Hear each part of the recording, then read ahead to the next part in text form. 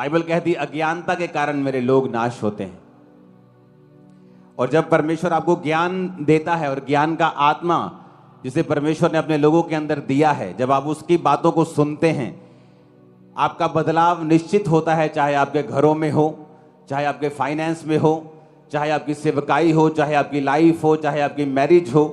ऐसा नहीं हो सकता कि आप परमेश्वर की आत्मा को सुनते रहें और आप ज्ञान की बातों को सुनते रहें और ज्ञान की आत्मा को पालें और फिर आपके घरों में यह बदलाव ना हो। ऐसा पॉसिबल नहीं है। जो आज आप सुनने जा रहे हो, यह बड़ा बदलाव आपकी लाइफ में लेके आएगा। बदलाव लाना परमेश्वर की जिम्मेवारी नहीं है, बदलाव लाना आपकी जिम्मेवारी है। इसलिए परमेश्वर ने सूखे हाथ वाले व्यक्ति से कहा था अपना हाथ बढ़ा, तो बाइबल कहती है उसने अपना हाथ बढ़ाया और वो हाथ सीधा हो गया।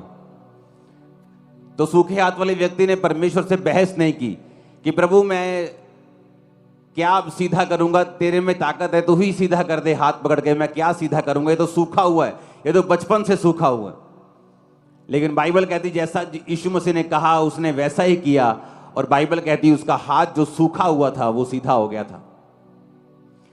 पतरस जब अपनी नाव पर सारी रात मेहनत करके कुछ ना पकड़ सका, अपने बिजनेस में फेलियर का सामना कर रहा था, और वचन कहता जब प्रभु यीशु मसीह ने प्रचार करने के लिए वहां पे आए, तो लोगों की भीड़ के कारण पतरस को कहा कि अपनी नाव पे मुझे बिठा ले, और अपनी नाव पे मुझे बिठा के थोड़ा नाव अंदर ले जा पानी के, वहां से मैं लोगों को वचन सुनाऊंगा ताकि ये मेरे ऊपर ना गिरे। और वचन खत्म होने के बाद यीशु मसीह ने कहा जा पतरस अपनी मछलियां पकड़ने के लिए जाल को गहराई में जाके डाल, तो तू मछलियों को पकड़ेगा। यीशु मसीह मछुआरे नहीं थे, यीशु मसीह कारपेंटर थे। पतरस मछुआरा था और यीशु मसीह से उम्र में बड़ा भी था वो, तो वो परमेश्वर से बोल सकता कि परमेश्वर तेरे को तो कोई एक्सपीरियंस नहीं है, तू मछुआरा भी नहीं है, फिर तेरे को कैसे मालूम मैं यहां पे जाल डालूं कि वहां डालूं, मैंने सारी रात मेहनत की है लेकिन कोई भी मछली नहीं पकड़ी। लेकिन बाइबल कहती प्रभु यीशु मसीह के कहने के अनुसार वो फिर गया और इतनी मछलियां पकड़ी, उनकी नाव डूबने लगी, उसने अपने साथियों को आवाज लगाई, उनकी नावें डूबने लगी। और आज यही सीन आपके साथ हो रहा है कि मेरी नाव पे कुछ नहीं था, जब मैंने यीशु मसीह की आवाज को सुना मेरी भरी, मैंने आपको आवाज लगाई और आपकी भरी, आप दूसरों को आवाज लगाएंगे उनकी भरेगी। और आमीन। मेरे को ऊंचे पला चाहिए चर्च। हालेलुया, हालेलुया, ऊंची आवाज में। तो जब हम जीसस क्राइस्ट की आवाज को सुनेंगे तो हमें यह बात समझ आएगी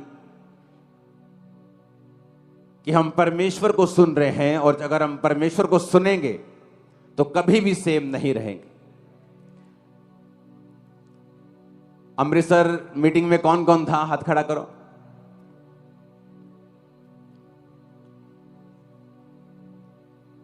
एक वीडियो जो मैंने आपको अमृतसर में दिखाई थी, जो धरती वाली, अगर वो वीडियो अवेलेबल है तो जल्दी उसे ऑन करेंगे जरा। वो आज के वचन का हिस्सा नहीं थी इसलिए शायद टाइम लग जाए, लेकिन मैं चाहता हूं कि आप उसे देखें। तो जब तक वो वीडियो ऑन होगी आप मेरी बात को ध्यान से समझना। ओके, ये हमारी धरती है। हाँ,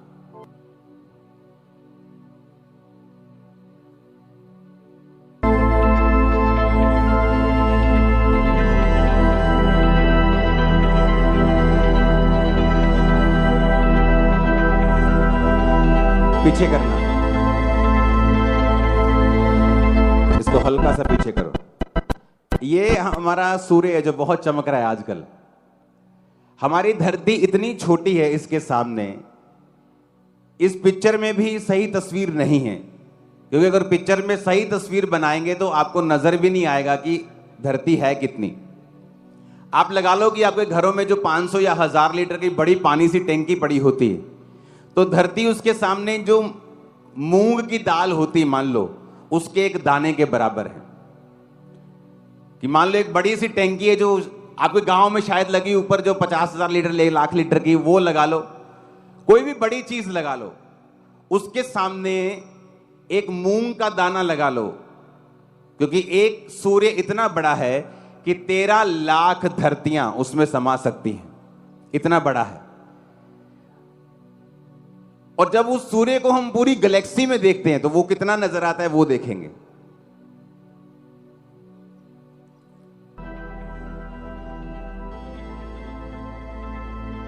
ये धरती आ गई छोटी सी, फिर ओ नहीं छोटी सी।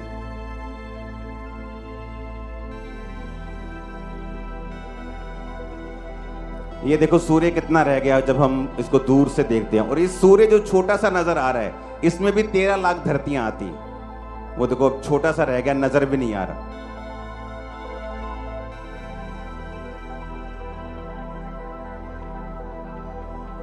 और ऐसे करोड़ों खरबों तारे हैं सूर्य के जैसे, स्टार हैं सूर्य के जैसे, और ये गैलेक्सियां बनती हैं। ऐसी लाखों करोड़ों गैलेक्सीज के बाद पता नहीं क्या क्या बनता है, फिर यूनिवर्स बनता है। मैं साइंस का स्टूडेंट नहीं हूं लेकिन मुझे मालूम है। और इतना बड़ा परमेश्वर जिसने ग्रह ऐसे बनाए हैं, प्लैनेट्स ऐसे बनाए हैं जो पूरी तरह से डायमंड के बने हुए हैं। अगर वो डायमंड का ग्रह बेच दिया जाए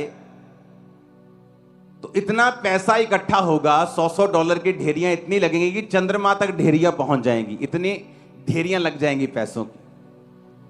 ऐसा परमेश्वर जिसने सोना चांदी हीरों के ग्रह बना दिए हैं, और धरती जिसके लिए एक मूंग का दाना भी बड़ा हो जाएगा अगर हम उसे गैलेक्सी के सामने रखेंगे। जब गैलेक्सियां इकट्ठी होंगी तो मतलब धरती अगर एक पेन से डॉट भी लगा देंगे तो उससे भी छोटी नजर आएगी। आपको लगता है कि इस धरती के लिए, इस धरती के राज के लिए परमेश्वर लड़ेगा? इसलिए परमेश्वर ने कहा था मेरा राज यहां का नहीं है, मेरा राज वहां का है। मुझे छोटा परमेश्वर मत बनाओ, मैं बहुत बड़ा हूं, तुम्हारी सोच से परे हूं। हालेलुया। तो प्रॉब्लम यह है कि जब अनपढ़ता और अज्ञानता इकट्ठी हो जाती है तो वो ऐसी बातें करती है कि क्रिश्चियन लोग लड़ाई करना चाहते हैं, क्रिश्चियन लोग क्रूसेड करना चाहते हैं। क्रूसेड शब्द में कुछ भी गलत नहीं है,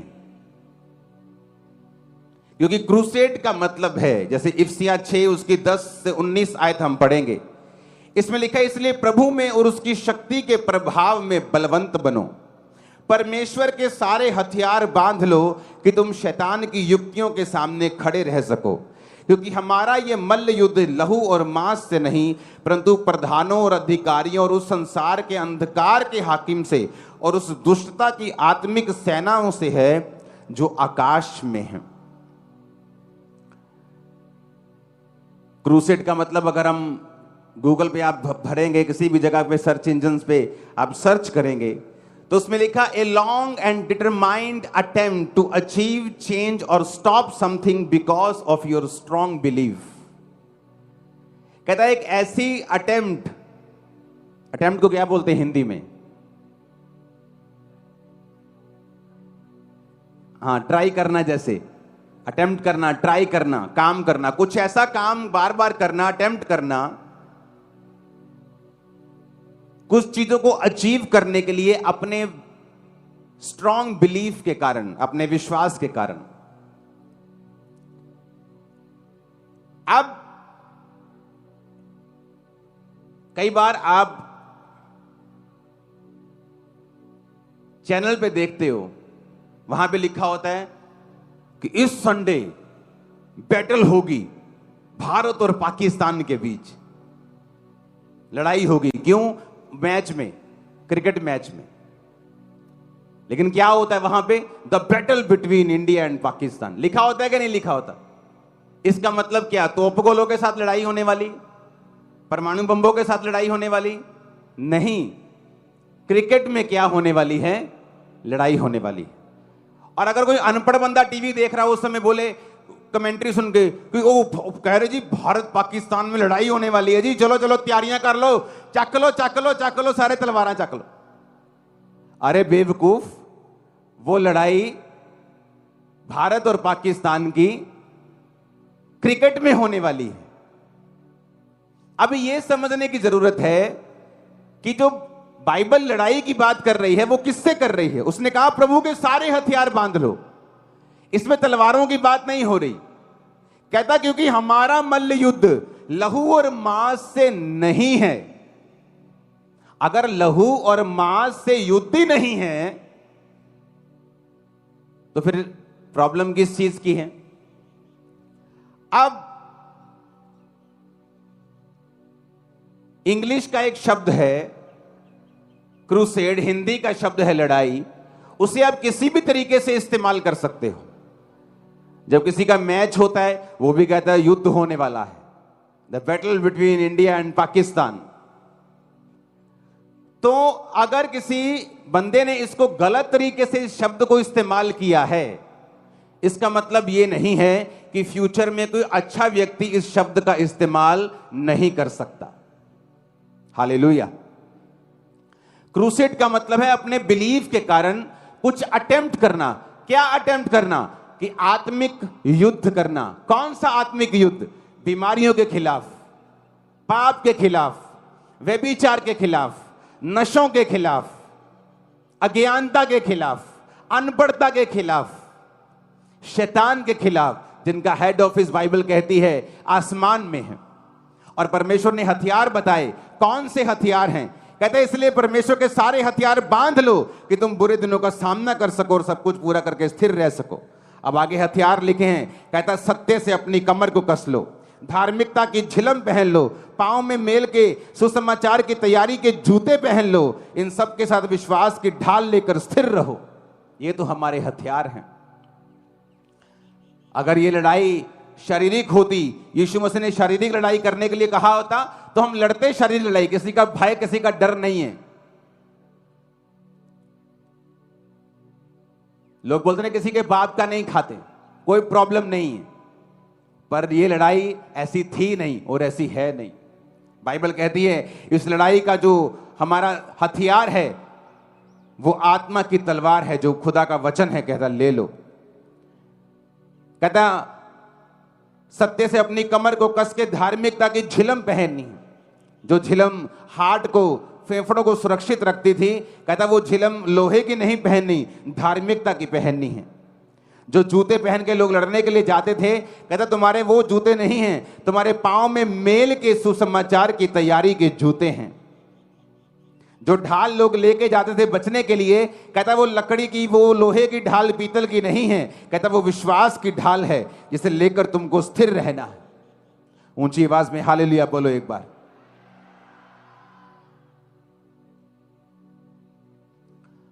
तो बाइबल कहती तुम्हारा ये युद्ध शारीरिक नहीं है। अगर ये बाइबल शारीरिक युद्ध करने को बोलती तो हम करते, किसी का डर भय नहीं। लेकिन बाइबल कहती है, यीशु मसीह ने कहा तुम्हारा ये युद्ध शारीरिक नहीं बल्कि आत्मिक है। एक व्यक्ति जो बार बार डाइवोर्स का सामना करता है, एक औरत जो बार बार डाइवोर्स का सामना करती है, बावजूद इसके कि वो सुंदर है, बावजूद इसके कि पढ़ी लिखी है, क्योंकि उसके परिवार में ये कर्ज फॉलो कर रहा है। हमारी लड़ाई उस कर्ज से है जो आत्मिक है, जो दिखता नहीं है। उस गरीबी के श्राप से है कि आप जितने मर्जी इंटेलिजेंट हो, फिर भी वो आपके परिवार को छोड़ के नहीं जाता। जब तक आप उसके खिलाफ युद्ध की घोषणा नहीं करते, जब तक आप तौबा नहीं करते, अंगीकार करने के लिए परमेश्वर के वचनों को मानते नहीं, जब तक आप परमेश्वर में सही नहीं चलते, तब तक आप वो युद्ध नहीं जीतते। इसलिए बाइबल में लिखा है तुम्हारा युद्ध मांस और लहू के साथ नहीं है। कहता हर समय, हर प्रकार से 18 आयत में लिखा आत्मा में प्रार्थना और विनती करते रहो। यहां भी लड़ाई की बात नहीं हो रही। हमारी लड़ाई आत्मा में है, प्रार्थना करते हुए। इसलिए जागते रहो कि सब पवित्र लोगों के लिए लगातार विनती किया करो। आज सुबह जब मैं अपने प्रार्थना के रूम में था, प्रेयर माउंटेन में, तो मेरे को बहुत कम सपने आते हैं, आपको मालूम है, मैंने आपको बताया हुआ है। लेकिन जब मेरे को सपना आता है उसका एक डेफिनेट मीनिंग होता है। जैसे बहुत से लोगों को बहुत सपने आते हैं। आज प्रभु ने मुझसे ये बात की, मेरे को ज़्यादा सपने नहीं आते, लेकिन जब मेरे को सपना आता है मेरे को डेफिनेटली मालूम होता है कि परमेश्वर मुझसे, सपना देखते हुए मालूम नहीं होता, लेकिन जब मैं उठ जाता हूँ और उसको समझता हूँ परमेश्वर की आत्मा की सहायता से, तो मालूम होता है कि परमेश्वर कुछ बड़ा करने जा रहे हैं। तो मैं सपने में क्या देख रहा हूँ? मैं उसको आपको पूरा नहीं बताऊंगा, क्योंकि एक मैसेज मेरे लिए है उसमें कि मुझे आने वाले समय में क्या करना है। तो एक जगह मैं वाइट गाड़ी लेके जा रहा हूं, और वाइट गाड़ी मैं लेके जा रहा हूं, और मैंने मन में सोचा है कि मेरा सफ़र लंबा है तो मुझे तेल भरवाना है। तो मैंने उस गाड़ी में तेल भरवाया, और उसके बाद एक जगह पे मैं गया हूं, और उसके बाद परमेश्वर ने मुझे कहीं और भेजा और फिर वापस लेके आया। और जब वापस आया तो मैंने दोबारा तेल भरवाया गाड़ी में।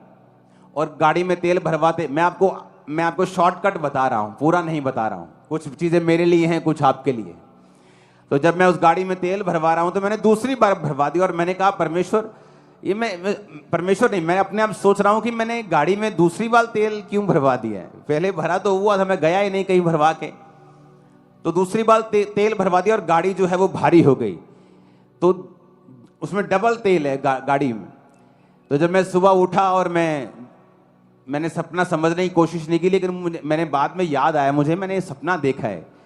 तो सपने को मैं जब मनन कर रहा हूं कि मैंने सपना देखा है, इसका क्या मतलब है, तो परमेश्वर ने कहा मैं तेरी ग्रेस को और मसे को डबल करने जा रहा हूं, और उस फ्यूल और आमीन ऊंचा चाहिए चर्च, हालेलुया। इसलिए जब मैं यहां से आ रहा था तो मुझे मालूम भी नहीं था कि लोग आज डे है, फादर डे है, मुझे रास्ते में खड़े, तो मैं तब भी वही ख्याल में आ रहा हूं कि परमेश्वर ने मुझसे कहा है कि मैं तेरी अनॉइंटिंग को डबल करने जा रहा हूं, ग्रेस को डबल करने जा रहा हूं। तो मैं उसी खुशी में आ रहा हूं कि परमेश्वर ने मुझे एक विजन दिया, एक दर्शन दिया है। तो ग्रेस भी डबल होगी, चर्च डबल होगी, ब्रांचेस डबल होंगी, हर चीज डबल हम होते हुए देखने जा रहे हैं। हालेलुया, ऊंची आवाज में हालेलुया।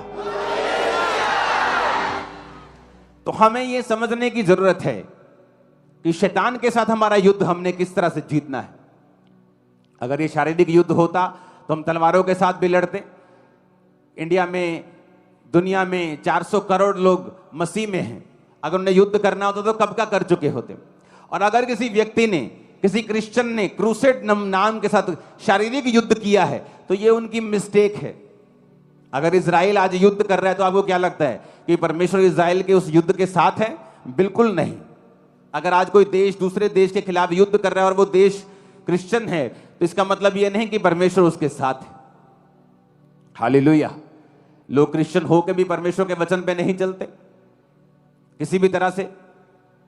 वो हर तरह का कई बार पाप भी करते हैं, लेकिन उसका असर उनकी लाइफ पे भी होगा। बाइबल कहती है अंत के दिनों में न्याय भी होगा, ऊपर जाकर भी न्याय होगा, धरती पर भी न्याय होगा। तो ये तो बात पक्की है। यूहन्ना 11 उसकी 1 से 5 आयत में लिखा है, लिखा मरियम और उसकी बहन मार्था के गांव बैतनिया का लाजर नामक एक मनुष्य बहुत बीमार था। वहां ये वही मरियम थी जिसने प्रभु पर इत्र डालकर उसके पांव को अपने बालों से पोंछा था। इसी का भाई लाजर बीमार था। अतः उसकी बहनों ने उसे कहला भेजा, हे प्रभु देख, जिससे तू प्रीति रखता है वह बीमार है। अगर आप इस वचन को ध्यान से पढ़ें तो आपको यह मालूम होगा कि यीशु मसीह को मालूम होता है कि एक लाजर नाम का उसका एक मित्र बीमार है। तो ये कोई नई फैमिली नहीं थी, ये यीशु मसीह को जानने वाली फैमिली थी। ये जो दोनों बहनें थी मरियम और मार्था, इन्होंने परमेश्वर के सामने इनका इनकाउंटर हुआ था, आमना सामना हुआ था। परमेश्वर के सामने ये गई थी, अपने पापों से इन्होंने मन फिराया था और अपने जीवन में यीशु मसीह को अपनाया था। तो इस फैमिली को जीसस क्राइस्ट बड़ी अच्छी तरह से जानते थे। अगर आप मत्ती की पुस्तक में पढ़ेंगे तो बाइबल कहती कई बार जीसस क्राइस्ट पूरी दिन प्रचार करके लिखा वो बैतनिया को चला गया और रात वहां बिताई। वो रात कहां बिताई? वो इसी लाजर के घर में परमेश्वर ने रात बिताई थी। ये वो फैमिली थी जहां प्रभु यीशु मसीह आते जाते थे। ये वो फैमिली थी जहां प्रभु यीशु मसीह जिनको जानते थे, लाजर को अपना मित्र कहते थे। उसकी बहनों ने तौबा की थी, अपने आंसुओं से, अपने बालों से यीशु मसीह के पांव को पोंछा था, यानी तौबा करके अपने आंसुओं के साथ पापों से मन फिराया था। तो ये फैमिली जीसस क्राइस्ट को बड़ी अच्छी तरह से जानती थी। अगर आप गूगल पे सर्च करेंगे आपको मालूम होगा, अगर एक देश में 30 लाख लोग हैं, जिस टाइम जीसस क्राइस्ट इजराइल में जिस समय में थे 2000 साल पहले, तो अगर आप मोटी मोटी स्टडी करें तो आपको अलग अलग आंकड़े आते हैं, लेकिन हम मोस्टली जो कॉमन आंकड़ा आता है वहां की पॉपुलेशन का, वो 30 लाख थी उस समय। जीसस क्राइस्ट के समय मान लो जे अगर इजराइल की पॉपुलेशन 30 लाख थी टोटल, तो 1000 बंदा अगर किसी देश में हो तो एक साल में 1000 में से 10 बंदों की मौत हो जाती है। कुछ बंदे अपनी उम्र पूरी कर लेते हैं, कुछ बुजुर्गों के मर जाते हैं, कुछ समय से पहले मर जाते हैं, बीमार होकर मर जाते हैं। तो एवरेज किसी देश में 10 है, किसी देश में 12 है, किसी देश में 5 भी हैं। अगर मान लो हम 5 सबसे कम एवरेज इजराइल के लिए लगाएं कि 1000 में से 5 लोग जो हैं वो मर जाते हैं, तो 30 लाख की अगर आप एवरेज निकाल लें तो आपको 15,000 मनुष्य होंगे जो हर साल इजराइल में मरते थे। कितने कितने हजार? 15,000। तो लेकिन बाइबल कहती है कि जब यीशु मसीह ने, अगर आप मुर्दों को जिंदा, कितने मुर्दों को जिंदा किया? उसने नाइन नामक एक जगह पे एक विधवा के बेटे को चंगा किया, उसने लाजर को जो 4 दिन से मुर्दा था उसको जिंदा किया। लेकिन उस देश में जो हर साल लोग मरते थे वो 15,000 थे। क्या परमेश्वर यीशु मसीह ने 15,000 को चंगा किया? क्या यीशु मसीह ने 15,000 को जिंदा कर दिया? नहीं किया। क्या यीशु मसीह में ताकत नहीं थी कि वो 15,000 को जिंदा कर देते? पूरी ताकत थी। लेकिन वचन ये कहता है कि जो परिवार तौबा कर चुका था, जीसस क्राइस्ट ने उस परिवार में जाके मुर्दे को जिंदा किया। जब कभी आपके परिवार में एक जन तौबा करता है, चाहे वो आप हो, चाहे आपकी माता जी हो, आपके पिताजी हो, आपके परिवार का कोई भी मेंबर हो, आपके परिवार में जब तौबा की जाती है और आप जीसस क्राइस्ट को एक्सेप्ट करते हैं, तो आप ये बात याद रख लें कि आने वाले समय में एक बड़ी मौत आपके घर से जाने वाली है और एक बड़ी जिंदगी आपके घराने में प्रवेश करने वाली है। उस इलाके में जो हर साल 15,000 लोग मरते थे एवरेज, लेकिन बाइबल कहती है जीसस क्राइस्ट ने लाजर को जिंदा किया। क्यों? क्योंकि लाजर का परिवार जो था वो परमेश्वर में डेडिकेट हो चुका था, परमेश्वर में मन फिरा चुका था, परमेश्वर के अधीन आ चुका था और अपने पापों की तौबा कर चुका था। मैं आपको फिर बताता हूं, आपकी लाइफ के बिगेस्ट चमत्कार की शुरुआत उस दिन हो जाती है जिस दिन आप तौबा कर लेते हैं। शैतान आपको मालूम क्यों तौबा से इतनी नफरत करता है? क्यों वो पापों से मन फिराने की इतनी नफरत करता है?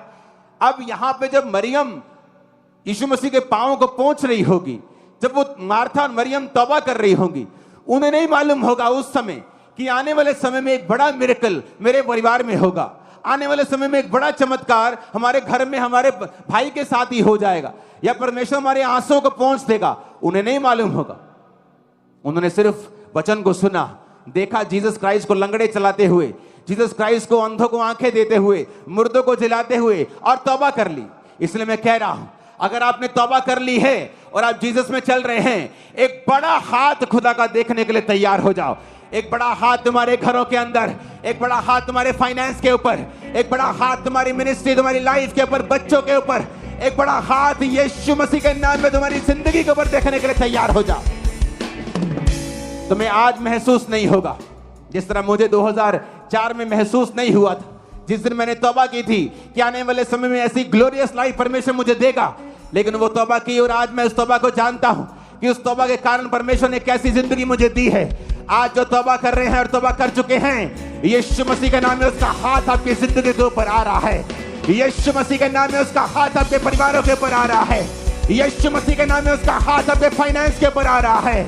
आमीन। मेरे को ऊंचे वाला चाहिए, ऊंचे वाला और ऊंचे वाला और ऊंचे वाला। तब मालूम नहीं होगा, मरियम मार्था को बिल्कुल मालूम नहीं होगा। तब उन्हें लगता होगा कि हाय ये तो तौबा तो कर ली है पर बड़ी बोरिंग लाइफ हो गई है। पहले तो हम लड़कों के साथ घूमती थी, अब तो हम किसी के साथ नहीं घूमती। पहले एंजॉय ऐश करती थी, अब हम कुछ नहीं करती। अब तो लाइफ बड़ी बोरिंग बोरिंग सी लगती है। लेकिन परमेश्वर की लाइफ बोरिंग लाइफ नहीं है।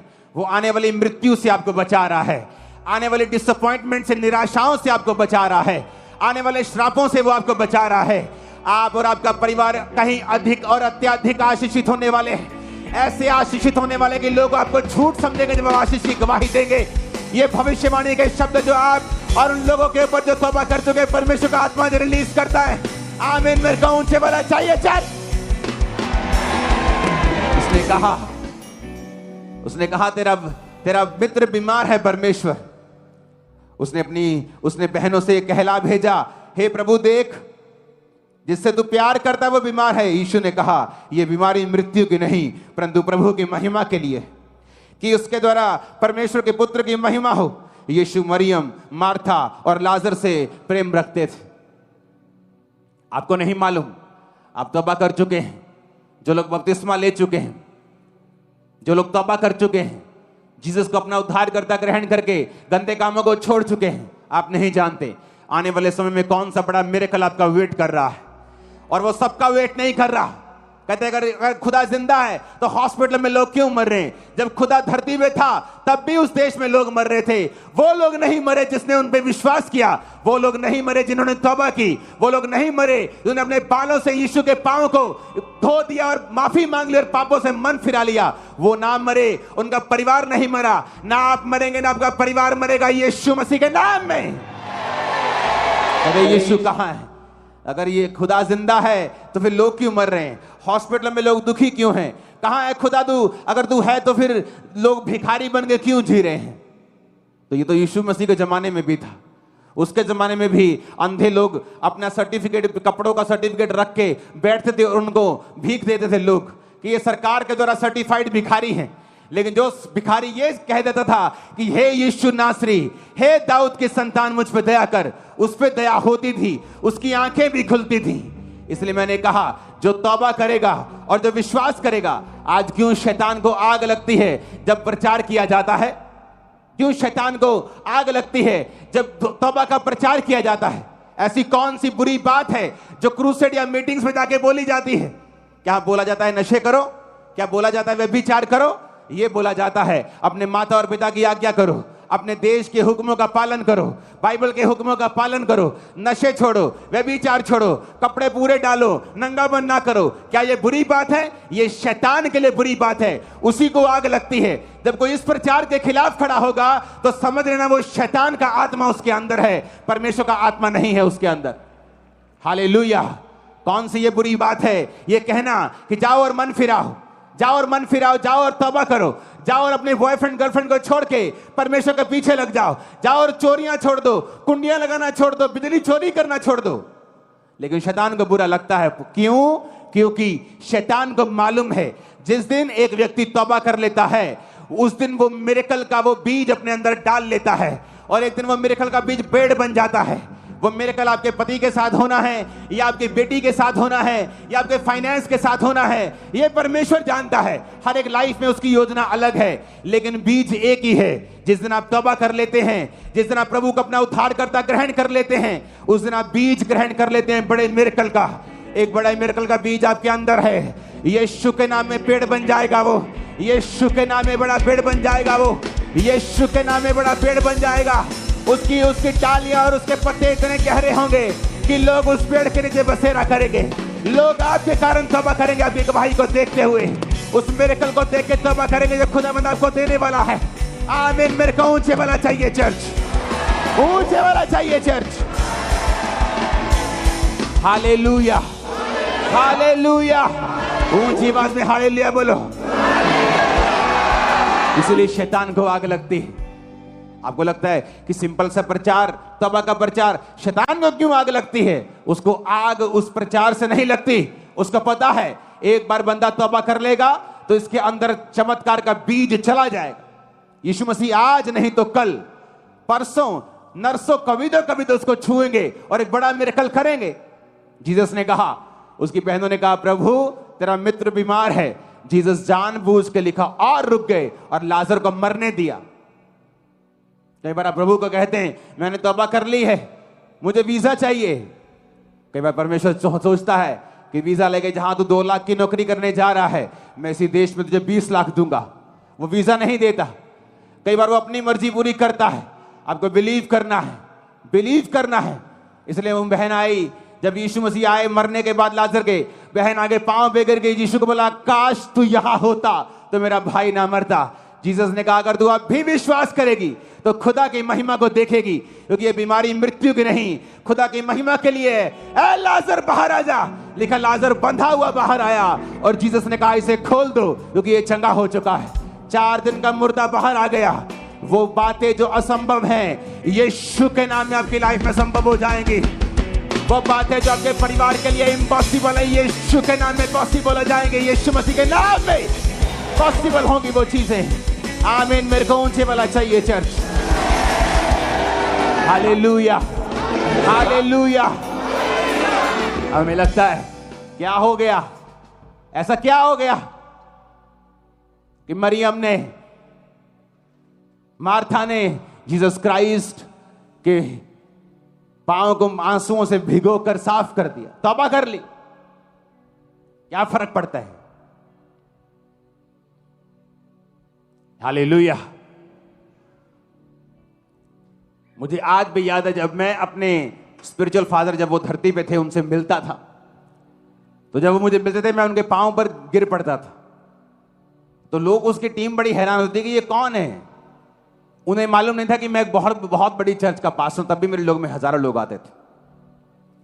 तो मुझे मालूम था कि जब हम अपने आप को अधीन करेंगे, हम अपने आप को दीन करेंगे, हम तौबा करेंगे, यीशु के करीब जाएंगे, एक बड़ा मिरेकल जन्म लेगा हमारे अंदर से, एक बड़ा चमत्कार जन्म लेगा हमारे अंदर से। कभी मैंने किसी की परवाह नहीं की, लोग क्या कहेंगे परवाह नहीं की। हालेलुया। क्योंकि आपकी अनपढ़ता है, जो आपकी अज्ञानता है, उसे आप हैंडल करें खुद। एक पढ़ा लिखा जानता है वो क्या कर रहा है। एक क्रिश्चियन जानता है जब वो क्रूसेड लिख रहा है वो किस धर्म युद्ध की बात कर रहा है। वो बीमारियों के खिलाफ युद्ध की बात कर रहा है, वो शैतान के खिलाफ युद्ध की बात कर रहा है, वो एक ऐसी लड़ाई की बात कर रहा है जो आत्मिक है। कई बार मैं अपने स्पिरिचुअल सन्स को बोलता हूं क्रूसेड शब्द मत लगाओ। कहते क्यों? मैंने कहा इसलिए नहीं क्योंकि एक अनपढ़ व्यक्ति अपने जैसे 10 लोगों को बताएगा, उनको तुम्हारा प्रचार नहीं मालूम कि यह आत्मिक युद्ध है, तो वो उसको मिसयूज करेगा 10 लोगों को। इसलिए कई बार क्रूसेड शब्द का हम यूज नहीं करते। लेकिन बाइबल कहती है यह बिब्लिकल शब्द है, लेकिन किसी धर्म के खिलाफ नहीं। अगर अंग्रेजों ने, किसी क्रिश्चियंस ने मुस्लिम के खिलाफ यूज किया तो वो रॉन्ग किया, क्योंकि वो लड़ाई शब्द उस चीज के लिए नहीं बना।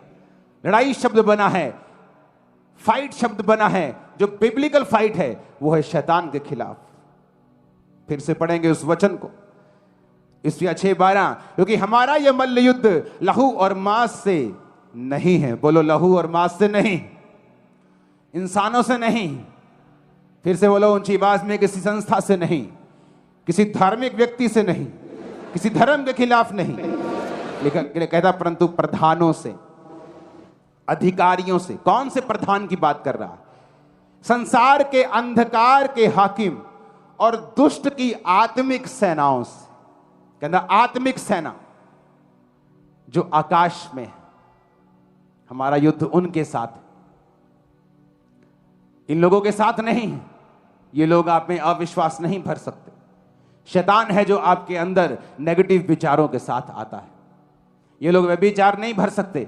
शैतान है जो आपके अंदर डाउट डालकर व्यभिचार को डालने की कोशिश करता है। तो हमारा युद्ध किसी इंसान के साथ नहीं, उस शैतान के साथ है जो आपके विश्वास के खिलाफ काम करता है, जो वचन के खिलाफ काम करता है। अपने पड़ोसी को बोलो तौबा कर। फिर से बोलो अपने पड़ोसी को। बाइबल कहती है यीशु मसीह ने जब प्रीच करना शुरू किया तो क्या कहा? उसने कहा मन फिराओ क्योंकि परमेश्वर का राज्य निकट है। जब दुनिया राज की बात करती है, वो सोचती है हमारा एक राजा होगा या हमारा एक प्रधानमंत्री होगा। लेकिन जब जीसस राज की बात करते हैं तो यीशु ने कहा मन फिराओ क्योंकि परमेश्वर का राज्य निकट है, और जाओ लंगड़ों को चलाओ, अंधों को आंखें दो, कोड़ियों को शुद्ध करो, मुर्दों को जिलाओ। ये यीशु का राज है।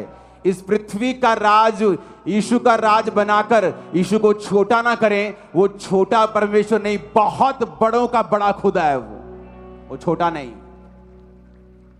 बाइबल कहती है जब जीसस क्राइस्ट ने 5000 बंदों को, यानी 20,000 औरतें, पुरुष और बच्चे मिला के जब उनको खाना खिलाया तो रिस्पांस पता क्या था? वो यीशु मसीह को राजा बनाने के लिए, पकड़ने के लिए आने लगे। कहते यीशु के पास लोग हैं, तो राजा के पास क्या होता है? प्रजा होती है। तो राजा अपने लोगों के लिए खाने का इंतजाम करता है, तो यीशु खाने का भी इंतजाम कर सकता है। 5 रोटियों 2 मछलियों के साथ पूरे पब्लिक को खिला दिया। तो ये एक परफेक्ट राजा है, लोग इसकी बात सुनते हैं।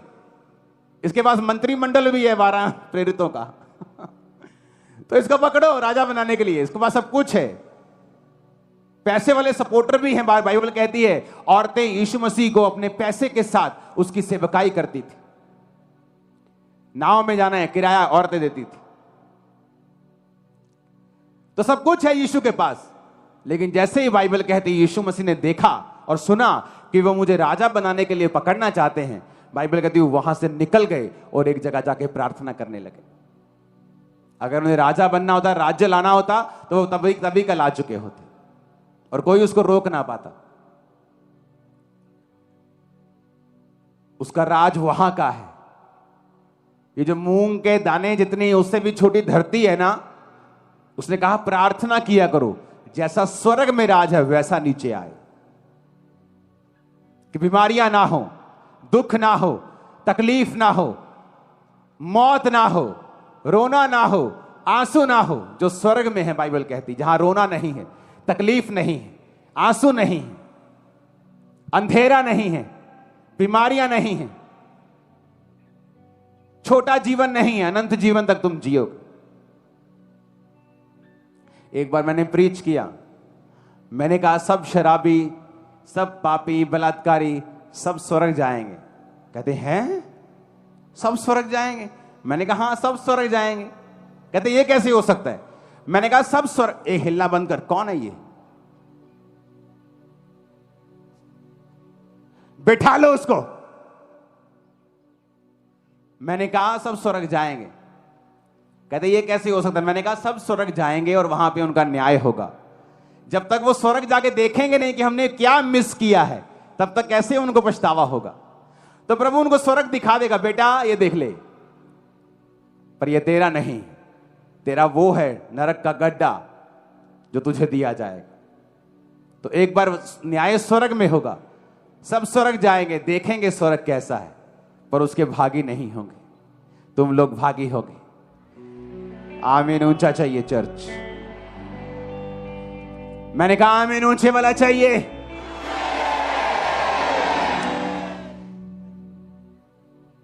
एक बार एक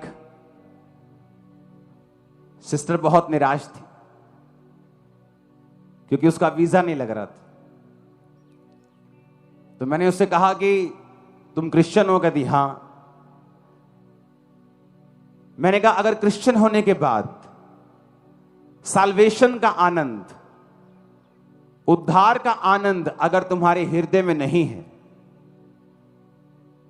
तो ये कोई गारंटी नहीं है कि इस धरती पर तुम ब्लेसिंग लोगी। तुम स्वर्ग जा रहे हो कि नहीं जा रहे हो? क्या इसका आनंद है तुम्हारे हृदय में? क्या तुम में इतनी हिम्मत है ये कहने की प्रभु आज रात को ही आ जा और हमें ले जा? इतनी हिम्मत है तुम में? क्या तुम्हें इतना हियाव है कि तुम्हें अपनी लाइफ की कोई परवाह नहीं है? अगर रात को यीशु मसीह आ जाए लेने के लिए सबको, तो तुम खुशी खुशी जाने के लिए तैयार हो? हाय तनाव वे हले 2-4 साल रुक जो प्रभु, मेरा हुणे ही ब्याह होया। अगर जीसस देखते हैं कि अगर आप में उद्धार का आनंद ही नहीं है, तो क्या गारंटी है कि वीजा पाने के बाद भी तुम आनंदित होगी? तुम स्वर्ग जा रही हो, उद्धार का आनंद तुम्हारी लाइफ में नहीं, क्या गारंटी है कि शादी के बाद तुम आनंदित हो जाओगी? नौकरी पाने के बाद तुम आनंदित हो जाओगे? पैसा आने के बाद तुम आनंदित हो जाओ? क्या गारंटी? कोई गारंटी नहीं। लेकिन जो उद्धार पाने के बाद आनंदित है कि मैं सबसे बड़ी बरकत पा चुका हूं, तबाह कर चुका हूं, बाइबल गारंटी देती है इस दुनिया का कोई भी सुख उसे मिले बिना रहेगा नहीं, और वो अपने आप तुम्हारे पास आएगा। कैमरामैन हिलना बंद करो, बैठ जाओ, स्टिल कैमरा। कितने मेरी बात को समझ रहे हैं? अगर उद्धार का आनंद ही नहीं है अंदर, आनंद क्यों नहीं है? क्योंकि मेरे पास भी बड़ी सेवकाई होनी चाहिए। तुम बड़ी सेवकाई भी ले लोगे तब भी आनंदित नहीं रहोगे। अगर आज तुम आनंदित नहीं हो कि जीसस क्राइस्ट ने तुम्हें जीवन दिया है और तुम उसके बेटे बेटियां बन चुके हो, तुम कल भी आनंदित नहीं रहोगे जब तुम्हें कुछ मिल भी जाएगा। यह चीज मैंने प्रैक्टिकल सीखी है। प्रभु से नाराज हो के, प्रार्थना छोड़ के, फिर दोबारा प्रभु के पास आके तौबा करके, सब ड्रामे करके ऐसे देखें, कोई फायदा नहीं होता। सीधा चलेंगे, अगर आनंदित होकर चलेंगे, उसकी टाइमिंग पे भरोसा रखेंगे। उसने कहा everything will be added, add कर दी जाएगी। ऐड क्यों? क्योंकि पहले से तुम पॉजिटिव हो, पहले से तुम्हारे पास बहुत कुछ है, और भी चीजें ऐड जमा कर दी जाएंगी, और भी तुम्हें दे दी जाएंगी। जिसके पास ज्यादा होगा फिर उसके पास और ज्यादा आएगा। यही लिखा है ना बाइबल में। हालेलुया। कुछ भी करें, उस तौबा को बचाएं जो आपने कर ली। उसके लिए बाइक जाता है, गवाते हैं आपका बाप बोलता है, भाई बोलता है, ए तेरे को बाइक चलाने नहीं देंगे अगर तू चर्च गया तो। वो बाइक जाता है, वो लाइफ जाती है, वो रिश्तेदार जाते हैं, जाने दो। क्योंकि जो आएगा सबको रिप्लेस कर देगा और बड़ा होगा। मुंह खुल भी जाएंगे, मुंह बंद भी हो जाएंगे। खुल जाएंगे शौक में और बंद हो जाएंगे वो भी शौक में। ये क्या हो रहा है इनकी लाइफ में। हालेलुया। परमेश्वर के वचनों को सुनने के लिए हमारे चैनल को सब्सक्राइब कीजिए और हमारी लेटेस्ट वीडियो सबसे पहले देखने के लिए बेल आइकन को प्रेस कीजिए।